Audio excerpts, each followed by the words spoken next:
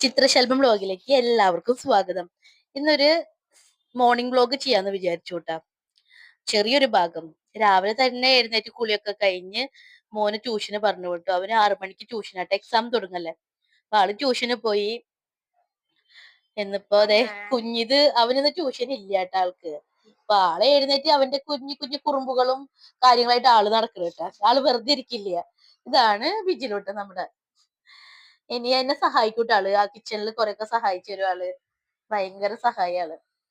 അപ്പൊ ഇനി രാവിലത്തെ കാര്യങ്ങളൊക്കെ നോക്കാം. ഇനിയിപ്പൊ കടലക്കറി വെച്ചിട്ടിരിക്കുന്നുണ്ട്, നൂൽപുട്ട് ഉണ്ടാക്കണം.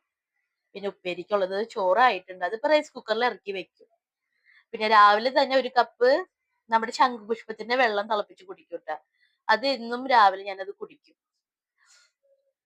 കണ്ട, ഒരു കപ്പ് ശംഖുപുഷ്പത്തിന്റെ വെള്ളം തിളപ്പിച്ച് വെച്ചിട്ടുണ്ട്. അത് രാവിലെ കുടിക്കൂട്ടോ, ഒരു കപ്പ് വെള്ളം നേരിയ ചൂട്ടോട് കൂടി കുടിക്കാം. പിന്നെ അതേ കൂർക്ക, വീട്ടിൽ നിന്ന് പോന്നപ്പോ അമ്മ കൂർക്ക തന്നു വിട്ടൂട്ടാ. കുറച്ചുള്ളൂ. അപ്പൊ എന്ത് ചെയ്തു, ഞാൻ കടല വെള്ളത്തിലിട്ടിട്ടുണ്ട്. അപ്പൊ ഇത് രണ്ടും കൂടി മിക്സ് ചെയ്ത് ഒരു ഉപ്പേരി വെക്കാലോ. അപ്പൊ ഉച്ചയ്ക്കായി വൈകിട്ടത്തേക്കുമായി. അപ്പൊ അതങ്ങനെ ഒരു കാര്യം. പിന്നെ അതാ നൂൽപുട്ട് ഉണ്ടാക്കാൻ പൊടി എടുത്ത് വെച്ചിട്ടുണ്ട്. വെള്ളം ചൂടാക്കാൻ വെച്ചിട്ടുണ്ട്.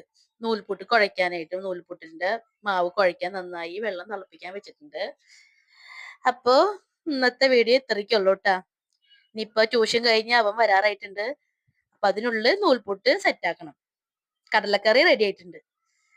അപ്പൊ ഇന്നത്തെ വീഡിയോ ഇത്രയ്ക്കുള്ളൂ. Tata bye, see U.